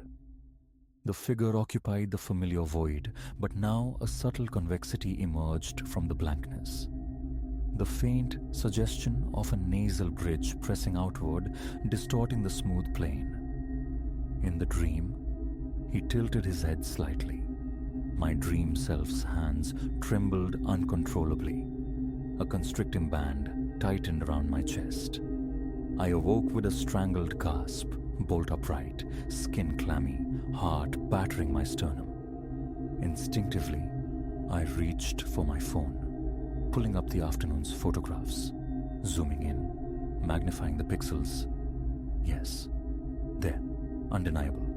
The emergent outlines of ears, rudimentary but present. Nausea surged. Deeper investigation could wait. That night demanded distraction. The mindless flicker of late-night television, a necessary balm against the encroaching dread. My third pilgrimage to the decaying gallery began earlier, clinging to the flawed logic that brighter daylight might dispel the unease.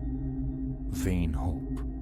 Within the threshold, the familiar dimness persisted, thickened by motes dancing in the weak shafts of light piercing the grimy panes.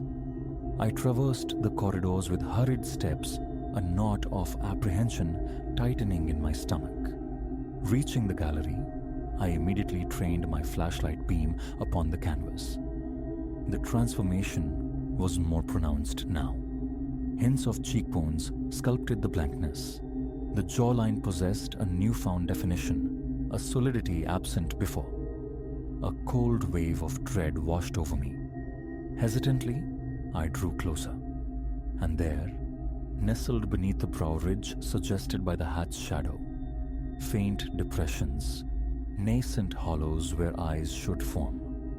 Not eyes themselves, but the promise of them. My legs turned to water. I staggered back a step, breath catching raggedly in my dry throat. Phone retrieved, trembling hand struggling for stability. I took several photos, needing redundant proof against my own disbelief. This time, there was no pretense of further assessment. I fled the room, fled the building, emerging into the comparatively stark afternoon light. In the sanctuary of my car, I gripped the wheel, palms slick with cold sweat, lungs desperate for clean air. I cracked the window, gulping breaths while my thoughts fractured against the impossible reality. A painting evolving, breathing, becoming. The dream returned, relentless. Now the figure possessed rudimentary eyes, incomplete orbs lacking pupils or definition, yet undeniably there. They fixed upon me from the blankness, intensifying the sense of being watched. My own heart thrashed against my ribs. Icy fear radiated through my torso. I awoke to a pounding headache and the grey light of dawn. In the bathroom mirror, my reflection startled me. Bloodshot eyes stared back from a face etched with exhaustion. For a disorienting second, the contours seemed familiar. Echoes of the burgeoning features on the canvas. I recoiled, shaking my head violently, splashing cold water, banishing the thought. Later that morning, I phoned Alistair. I cited the building's dilapidated state, structural unsoundness, evidence of water ingress, inadequate lighting, as grounds for deeming it unsuitable. The evolving portrait remained my secret, an unutterable anomaly. Alistair, pragmatic as ever, simply requested the finalized report promptly. Disconnecting the call, a grim certainty settled upon me. One final visit was necessary. I had to witness the culmination, whatever it might be. Late morning sunlight did little to penetrate the gloom when I returned for the fourth time. The air hung heavier still, thick with the cloying scent of decay. Each step down the corridor was deliberate, forced against the rising tide of nausea in my gut, my palms slick with anxious sweat. Crossing the gallery threshold felt like stepping into a vacuum. Flashlight raised, beam finding its target, and the breath hitched in my throat. The face. It was nearly complete now. My eyes stared back at me from the canvas. The precise shape, the set. My nose. The curve of my own hairline beneath the hat's brim. An arctic cold clenched deep within my chest. Freezing thought, freezing motion. A primal urge screamed, destroy it, flee, yet I remained paralyzed, rooted to the spot. My respiration dwindled to shallow gasps. Raising the phone required immense effort, my hand shaking so violently I had to steady it against the damp wall. Click, click. Proof captured. Then a slow retreat backing away from the horrifying reflection. A sound, faint, dry, a scuffling drag somewhere nearby. I froze, listening, heart thundering against the sudden silence. My eyes darted around the periphery. Nothing visible stirred, yet the sound had possessed an unnerving proximity, as if originating just beyond sight, within the walls themselves. Panic surged. I turned, moving swiftly, resisting the urge to break into a full sprint down the echoing passageway. Outside, the daylight felt blinding. I inhaled sharply, the clean air doing little to quell the vertigo spinning in my head.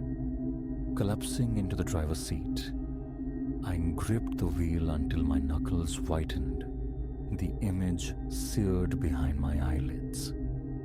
My own face, rendered in paint, gazing out from soulless, empty eyes.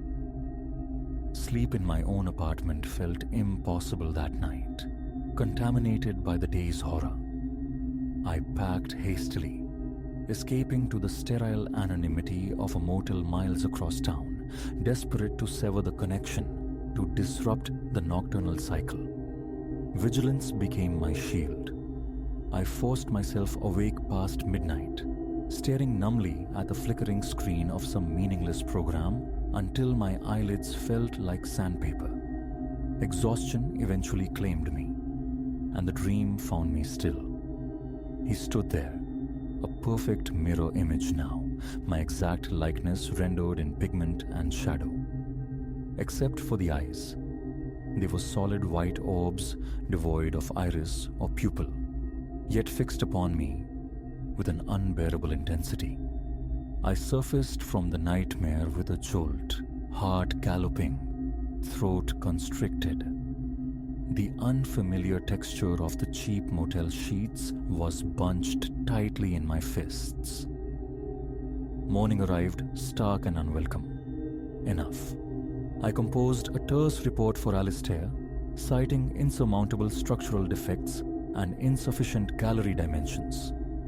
The true horror, the canvas that wore my face, remained unspoken, buried.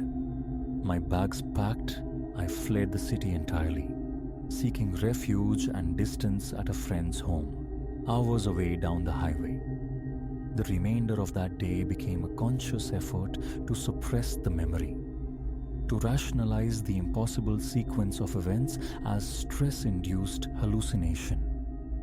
Yet, behind closed eyelids, the portrait persisted. My features, stark against the canvas, marred by those vacant white eyes. Days have bled into one another since then. I have not returned. The thought of doing so sends a chill through me. Sometimes a disquieting sense washes over me, an awareness of the painting, sequestered in its decaying sanctuary, waiting. Sleep remains a fractured landscape, punctuated by visions of the man who became me. Time, I desperately hope, will eventually erode these nocturnal terrors, but the image itself feels indelible, branded onto my psyche. What transpired in that gallery? Why me? The questions echo unanswered, and perhaps ignorance is a fragile shield I dare not lower. I possess no explanation, only the chilling certainty of the experience, a dread that resurfaces with visceral clarity whenever darkness falls behind my eyes.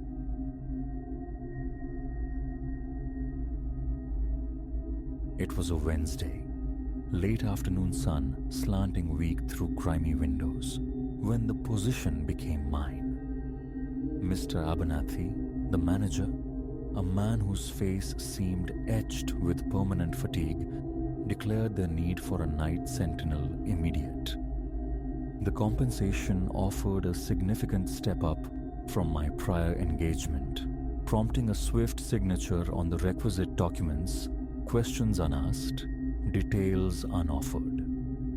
He mentioned the edifice's age, its nocturnal emptiness, a passing remark about its peculiarities, sending a faint tremor down my spine, a sensation I promptly subdued. Financial stability beckoned. Specifics could wait. He volunteered nothing further.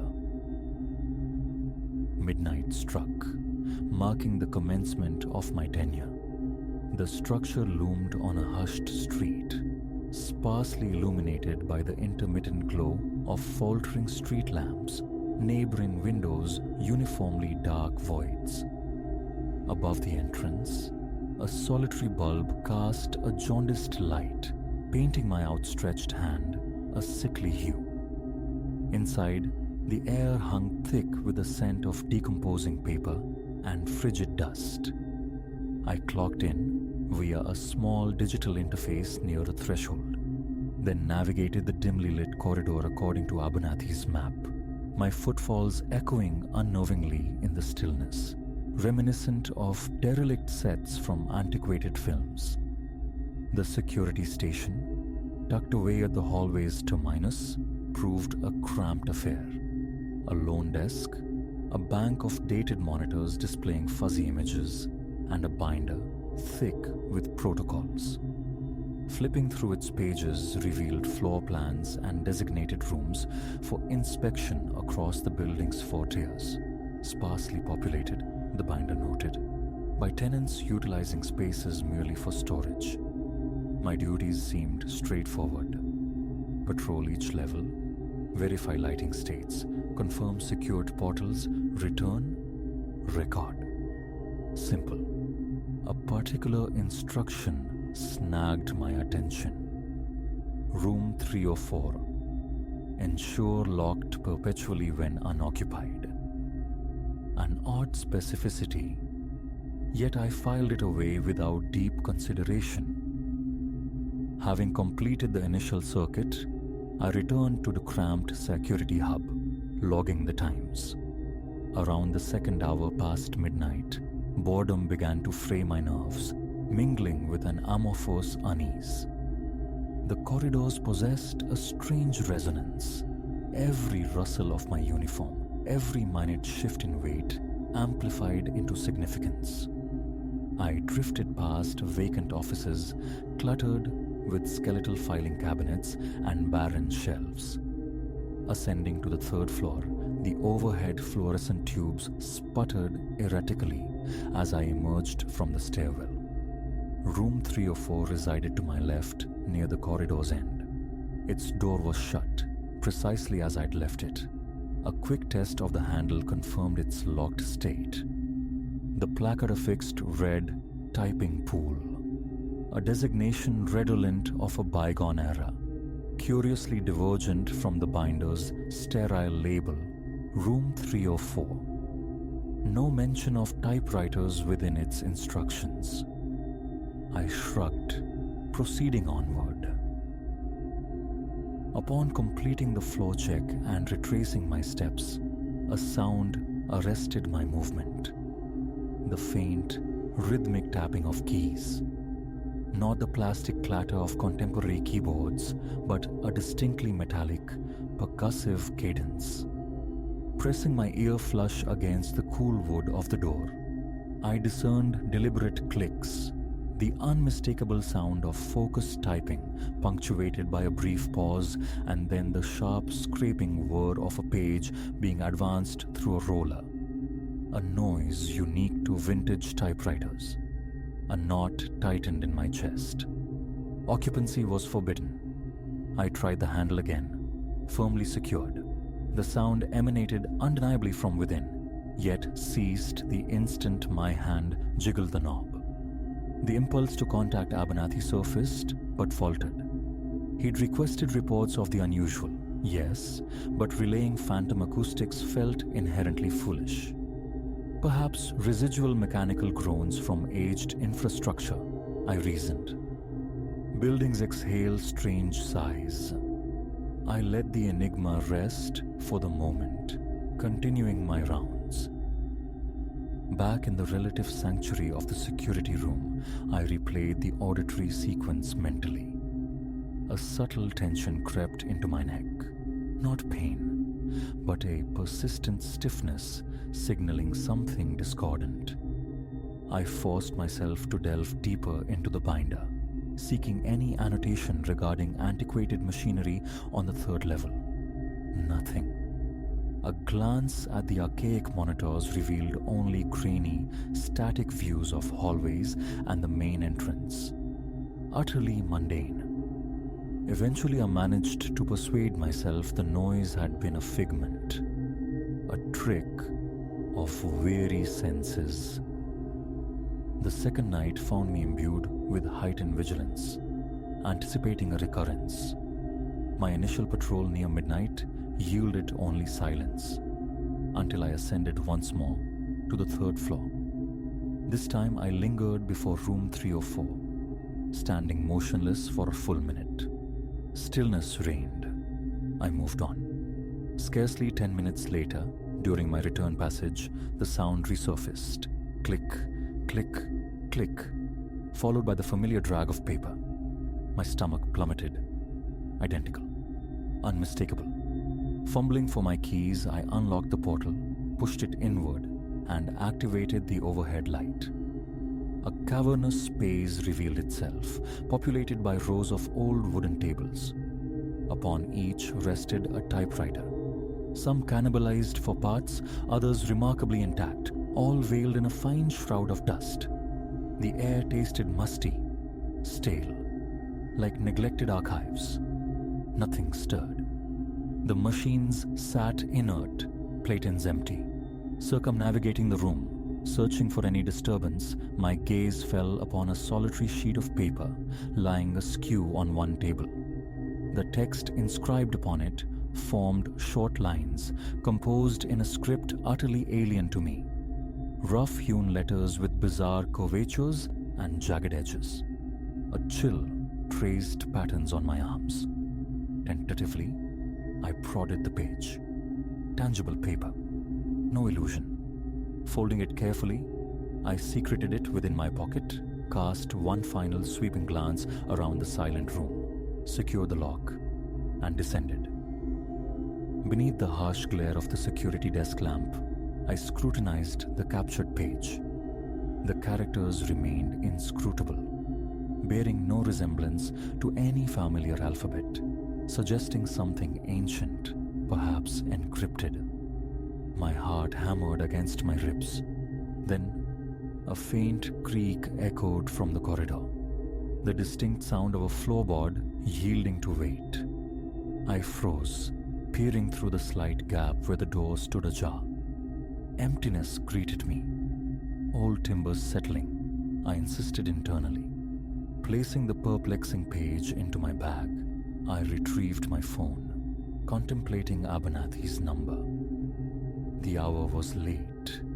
The explanation, found a cryptic document in a locked room, sounded preposterous. I resolved to wait for daylight. Morning arrived, and I departed the building with undue haste, the previous night's events replaying ceaselessly. The urge to share the discovery warred with the fear of dismissal, of being branded delusional. I newly convinced myself it was merely a relic, some forgotten code from the typing pool's operational days.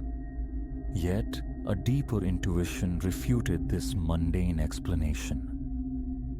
Dread accompanied my arrival on the third night. The prospect of confronting the typewriters again sat heavy. I executed my rounds with forced alacrity. Around 1 in the morning, the sound resumed, louder this time, the repetitive clacking more refined. I sprinted towards room 304, unlocked it, and burst inside. As before, the sound instantly evaporated, but now a sheet of paper lay positioned on every table. I snatched the nearest one. The same bizarre script stared back, each line meticulously spaced like items on a precise ledger. Moving to the adjacent table yielded another page. Identical script, different arrangement. A prickling sensation crawled up the nape of my neck, the unmistakable feeling of being observed. My eyes darted around the vacant room. Nobody. A soft exhalation, disturbingly close to my ear, sent me spinning. Nothing. My heart thundered violently. Gathering as many pages as I could grasp, I scrambled out, slammed the door, locked it, and leaned against the corridor wall, breath ragged, hands trembling, the collected sheets clutched tightly to my chest. Back in the security room, I flung the pages onto the desk and paced before the monitors. A soft scraping noise sounded behind me, like a foot dragging across the floor. I whirled. The door remained shut. The fine hairs on my arms stood erect. Forcing myself into the chair, I focused on regulating my breathing. The pages lay scattered, their cryptic messages mocking my incomprehension. Questions swirled. An intruder? Spontaneous materialization? The sheer impossibility gnawed at me. The ensuing nights settled into a grim pattern. The typing on the third floor would commence. I would enter the room, discover freshly generated pages, and invariably perceive that intangible presence trailing just behind me. I searched exhaustively for hidden cameras, concealed vents, secret passages. The walls, floor, ceiling, all appeared solid, offering no rational explanation for the sounds or the proliferating documents. By the fifth night, I abandoned collecting the papers. Their numbers escalated with each visit, sometimes 3 or 4, other times a dozen, always bearing those unsettling symbols. I felt like a specimen trapped in an inexplicable experiment. Sleep became a luxury. My days spent staring blankly at the accumulated pages in my apartment. Fruitless hours lost scouring the internet for any analogous script. Nothing matched. It wasn't any known alphabet I could identify. Paranoia became my constant companion within the building's walls. Every shadow seemed to lengthen, every echo to whisper. I heard faint respirations, phantom shuffles in deserted hallways. I'd whip around corners, hoping to confront the source, always finding only empty space. By the second week, the thought of resignation became a persistent hum. Yet, the remuneration was substantial, and articulating the situation to a potential employer or anyone felt insurmountable. I attempted broaching the subject with Mr. Abernathy one afternoon, mentioning peculiar nocturnal noises, inquiring about dormant machinery. He offered only a puzzled shrug, mumbling vaguely about the building's extensive history, his disinterest palpable. That night, the ambient tension thickened perceptibly. Around 2 in the morning, Seated in the security room, idly reviewing the binder, a sudden, violent rattling erupted from the corridor. Someone frantically working a doorknob. I leaped up, pulse surging. Throwing open the door revealed only the vacant hallway. Cautiously, I advanced towards the stairwell, testing each office door en route. All locked tight. Then, the typing commenced anew, echoing through the passage, this time imbued with a frantic, desperate energy. A profound reluctance warred with an irresistible pull towards room 304. Each step felt leaden. Reaching the door, I stood frozen, listening to the chaotic clatter within. My mouth turned to dust. Sliding the key into the lock, I twisted, pushed the door open, and flicked the light switch. The typing ceased abruptly, mid-keystroke. Before me, every single typewriter held a page, keys visibly poised as if halted in motion. My legs threatened to buckle. The machines sat in pregnant silence. As I took a hesitant step forward, a short, rasping breath brushed past my right ear. I spun. Nothing. A wave of pure panic washed over me, cold sweat plastering my shirt to my back. Flight urged, but my limbs refused. Forcing movement, I inspected table after table. The pages teemed with text, yet several bore large, glistening blotches of ink, undeniably fresh under the fluorescent glare. Hesitantly, I extended a finger towards one blotch. It felt cold, viscous. I recoiled, revulsion rising.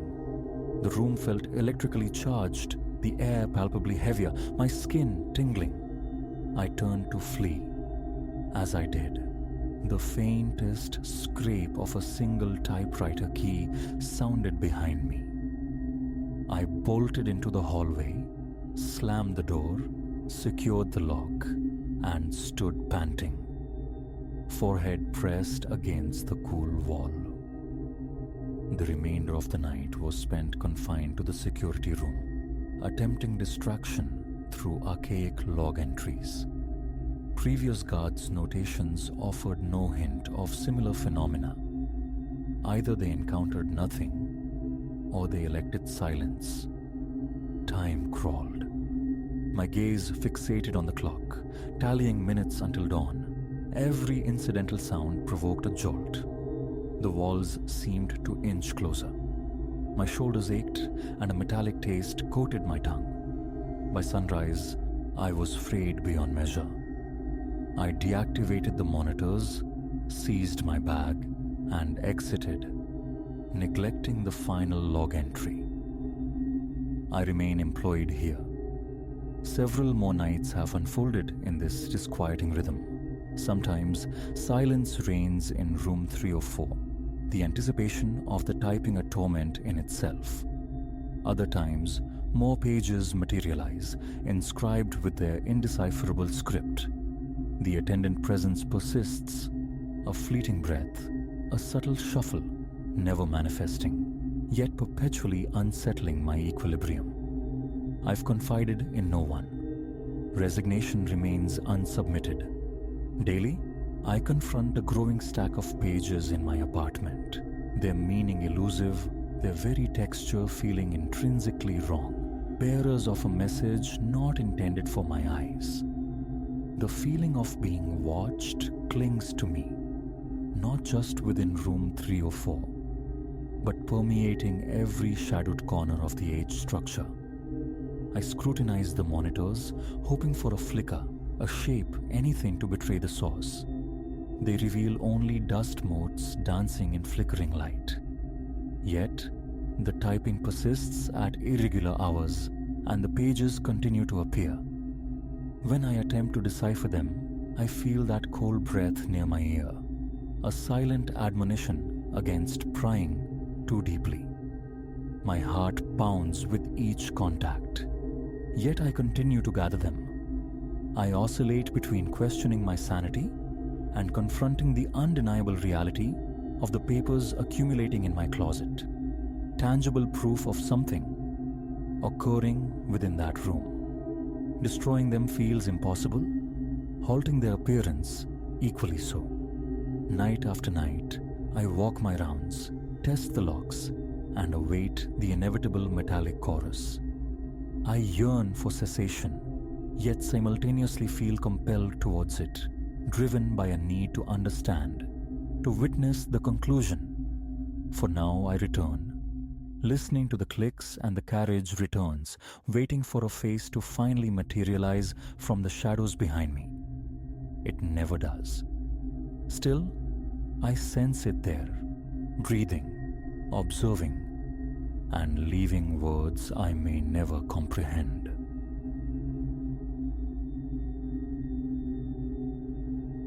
That first night, cocooned within the unfamiliar walls of our new apartment, a sound pricked the silence. A hesitant shuffle from the void above, like dry leaves skittering across floorboards. I brushed it aside. The groans of an old building settling its bones, perhaps, or maybe some errant creature seeking refuge in the rafters. But the days bled into weeks, and the whispers from the attic evolved, sharpening into something undeniably, dreadfully human. It dawned on me then, a cold bloom of realization. Our sanctuary, this haven we dreamt of, harbored a darkness far beyond any nightmare I could conjure. I'm Clara, navigating my early 30s as a visual artist, patching together a living pixel by pixel. Leo, my husband, architects worlds from code. For years, we'd squeezed our lives into a shoebox studio, hoarding pennies until we found it.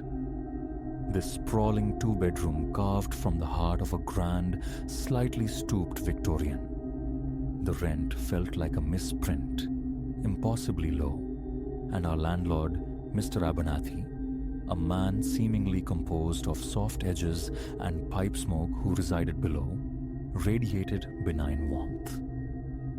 Those initial days unfurled like a bolt of velvet. We drifted through the high-ceilinged rooms, intoxicated by the sheer volume of air, tracing the intricate, time-worn details with reverent fingers. Then, the intrusions began. Faint scratchings, gnawing at the edges of sleep. Rats, probably, Leo murmured, already plotting their demise with unseen traps. But the sounds swelled, grew bolder. Distinct footfalls pacing overhead, the rheumatic creak of ancient timbers under deliberate weight, sometimes even a susurrus that teased the ear like muffled conversation. Could it be echoes? I offered, the words flimsy even to myself. From the neighbors? But the quiet student on one side and the frail, silver-haired woman on the other hardly seemed the types for nocturnal wanderings at 3 a.m. One night, perhaps a fortnight after settling in, I surfaced from sleep to find the space beside me cold. Disoriented, adrift in the pre-dawn gloom, I padded into the living room. Leo stood frozen, a stark silhouette against the window, aiming a trembling spear of flashlight beam at the ceiling. "Clara, did you hear it?" he breathed, his face a pale mask. Before the question fully registered, I heard it too. A protracted, agonizing groan, the sound of someone easing their weight, step by painstaking step, across the floor directly above us. Except there was no floor above us.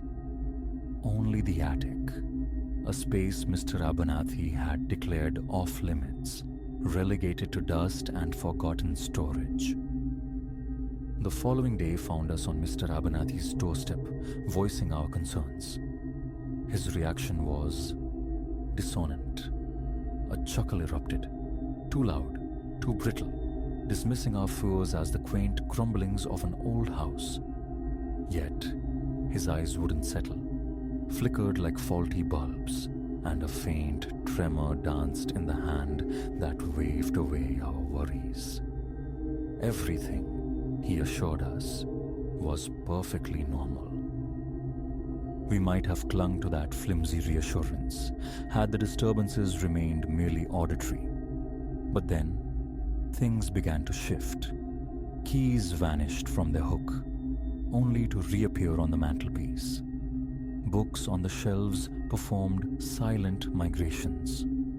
One afternoon, I returned home to the chilling sight of every framed photograph on the wall turned inward, presenting us with blank, accusing backs. Leo, pragmatic as ever, proposed a silent witness, a small camera aimed at the attic hatch in the hallway ceiling. The captured footage stole the breath from my lungs, replacing it with ice. At precisely 2:17 a.m., the square outline of the hatch tilted downwards, inch by agonizing inch. A hand emerged into the camera's view, pallid, skeletal thin, followed by an arm shrouded in a frayed, indeterminate sleeve. The angle revealed no more, but the microphone picked up the soft scuff of footsteps moving through our space, our home. Armed with the recording, we confronted Mr. Abernathy again, his carefully constructed composure shattered. Please, come in. I can explain, he stammered, his voice thin and reedy, ushering us into the dim, overstuffed quiet of his own apartment. What spilled forth then defied all logic, all reason. Years prior, his son, Silas, had become entangled with a dangerous element. Narcotics, escalating desperation, petty theft spiraling into something grave. Facing accusations that promised a lifetime behind bars, Mr. Abernathy had made an unthinkable pact with desperation. He secreted his son away in the attic, carving out a hidden refuge, a pocket dimension where Silas could simply cease to exist to the outside world. It was meant to be brief, Mr. Abernathy whispered, his voice fracturing under the weight of years. Just until we could find a way, prove his innocence. But the evidence, it was insurmountable. And Silas, the confinement, it warped him. Nausea churned within me. How long? The question felt thick, heavy on my tongue. Mr. Abernathy's gaze met mine, filled with an unbearable sorrow. 15 years. The number hung in the air, impossible, monstrous. 15 years. A man, living like a ghost in the rafters above us, his sanity eroded by isolation and the four walls of his hidden tomb. The noises, the displaced objects. Silas, slipping down in the dead of night, driven by hunger, loneliness, or perhaps a fragmenting mind's yearning for connection. We should have called the authorities immediately, severed this Gordian knot of secrecy and despair. But Mr. Abernathy wept, pleaded for comprehension, begged for a handful of days to... what? Untangle 15 years of impossible choices. Against every rational instinct, we conceded. A few days. They were the longest days imaginable. Every floorboard sigh, every settling groan of the house became amplified, sinister. Shadows writhed in the periphery. Sleep became a fraught negotiation, taken in tense, watchful shifts. Yet, nothing could brace us for the third night. I was in the kitchen, the mundane act of filling a glass of water suddenly shattered by Leo's sharp cry. I bolted into the living room. He was grappling with a figure, gaunt, spectral, eyes burning with a wild, caged animal energy. Silas. In the frantic tangle of limbs, his gaze snagged on mine, and in that fleeting second, I glimpsed an abyss of accumulated pain, of madness cultivated in darkness. Just wanted to talk, Silas rasped, his voice a dry husk, roughened by profound disuse, so lonely up there. Leo managed to wrench free, positioning himself protectively between me and the spectral intruder. "You need help, Silas," he urged, his voice strained but level. "We can help you." For a fragile moment, a flicker of something other than fear crossed Silas's face. Then, the sound of footsteps pounding up the stairs. Mr. Abernathy, alerted by the commotion. Raw panic flared in Silas's eyes. He lunged not towards us, but towards the tall living room window, wrenching it open with surprising strength before either of us could react. "Silas, no." Mr. Abernathy's anguished cry echoed from the stairwell. A moment too late. Silas was already through the opening, a fleeting silhouette scrambling down the iron skeleton of the fire escape, swallowed by the indifferent night. The ensuing hours dissolved into a maelstrom of flashing lights and official voices. Police officers filled the apartment, their presence both grounding and surreal. Mr. Abernathy, crumpled and sobbing, was escorted away. Silas, however, had evaporated, vanished into the city's labyrinthine anonymity. As we recounted the impossible events, a turbulent mix of fear, pity, and a strange, residual anger churned within me. Mr. Abernathy's actions were monstrous, yet the image of the desperate father, sacrificing everything for his child, resonated with a terrible clarity. The attic, when breached by the police, was a testament to a broken mind. A rudimentary living space, yes, a mattress, a scattering of worn books, faded personal effects. But the walls? The walls were a frantic tapestry of scrawled text and disturbing sketches. 15 years of unraveling sanity made manifest. Our building became an overnight spectacle. News vans lined the curb, reporters hungry for soundbite about the attic man. Staying was unthinkable. The apartment felt contaminated, saturated not just with our fear, but with the profound suffering that had occurred just inches above our heads. We broke the lease, retreating across town to a sterile, modern apartment that felt blessedly free of history. But the attic left its imprint. For months, I'd jerk awake, heart hammering, convinced I'd heard that furtive shuffle overhead.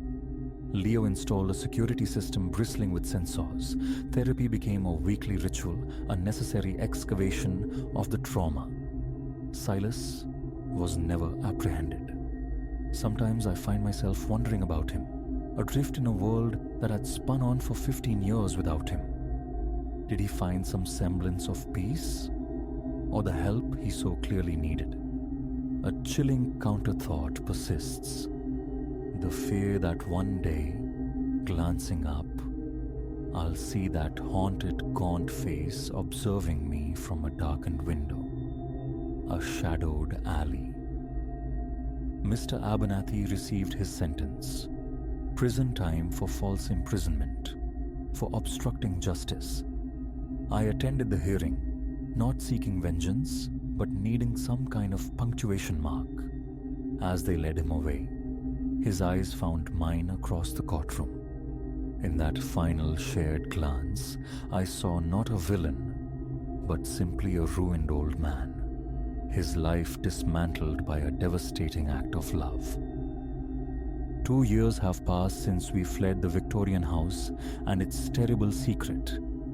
Leo and I are rebuilding. We even speak tentatively of starting a family, a hope deferred by the darkness we encountered. Yet, the lesson learned within those walls remains indelible. The most terrifying phantoms aren't always spectral. Sometimes they are the secrets buried deep within ordinary lives, the desperate bargains struck in shadow, and the unforeseen toll they inevitably exact. Sometimes the true horror isn't the bump in the night, but the quiet, devastating tragedy of a life unlived, hidden away just above in the suffocating dark. Even now, in the dead quiet, when the shadows pool deep and long, my gaze occasionally drifts upwards, listening, and in that suspended moment, a silent thought goes out. For Silas, for Mr. Abernathy, and for all the unseen sorrows tucked away in the unlit corners of the world.